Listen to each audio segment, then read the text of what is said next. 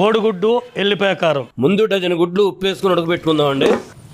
రోట్లో 2 పెద్ద వెల్లుల్లిపాయ రెబ్బలు వేసి దంపుకుందాం మెత్తగా. 2 చెంచాలు జీలకర్ర వేసుకుని బాగా దంపుకొని 4 చెంచాలు కారం కూడా వేసుకుందాం. 1/2 చెంచా పసుపు కూడా వేసుకుందాం. రుచికి సరిపడా ఉప్పు కూడా వేసేసుకుందాము. ఇదంతా బాగా దంపేసుకుని పక్కకు తీసి పెట్టుకుందాం.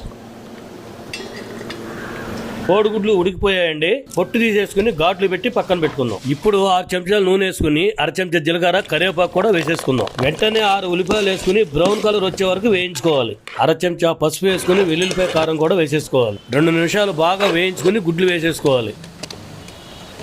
ఇదంతా ఒక 3 నిమిషాలు వేయించుకుంటే మన కోడిగుడ్డు వెల్లుల్లిపాయ కారం రెడీ. బాగా ఆకలేసేస్తుందండి. దీన్ని అర్జెంటుగా టేస్ట్ చేసేయాలి.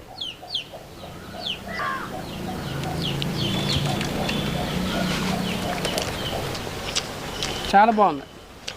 Super flavour, super taste.